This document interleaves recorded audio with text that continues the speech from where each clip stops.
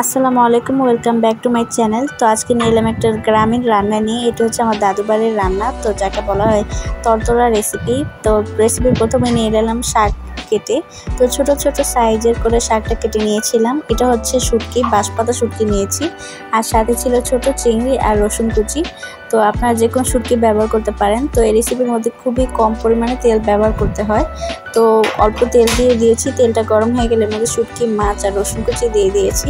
তার মধ্যে দিব স্বাদ মতো লবণ। তো দিয়েছি 2 চামচ মরিচের গুঁড়ো আর আধা চামচ হলুদের গুঁড়ো। তো আমাদের বাসায় ঝাল বেশি খায়, এই জন্য মরিচটা বেশি দেওয়া হয়।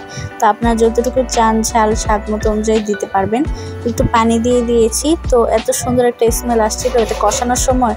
তো দিয়ে দিয়েছি একটু কলমি শাক। তো কলমি শাকটা একটু মিডিয়াম সাইজে কেটেছি, আপনার স্বাদ মতো যে সাইজ পছন্দ করেন নিতে পারেন। তো এর মধ্যে শাকটা সিদ্ধ হওয়ার জন্য ডেকে দিয়েছিলাম। তো হালকা যখন সিদ্ধ হয়ে যাবে তখন আবার নাড়াচাড়া করছিলাম যাতে নিচে লেগে না যায়। তো ভালো করে নাড়াচাড়া দেওয়ার পর আবার একটু ঢেকে দিতে হবে।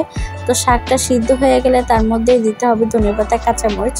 তো আপনার যতটুকু স্বাদ অনুযায়ী কাঁচামরিচটা দিবেন। তো কাঁচামরিচ না দিলে আসলে তরকারির গন্ধটা আসে না আর ফ্লেভারটাও চেঞ্জ হয় না। তো কাঁচামরিচ আর ধনেপাতা একদম মাস্ট আমি মনে করি তরকারির জন্য।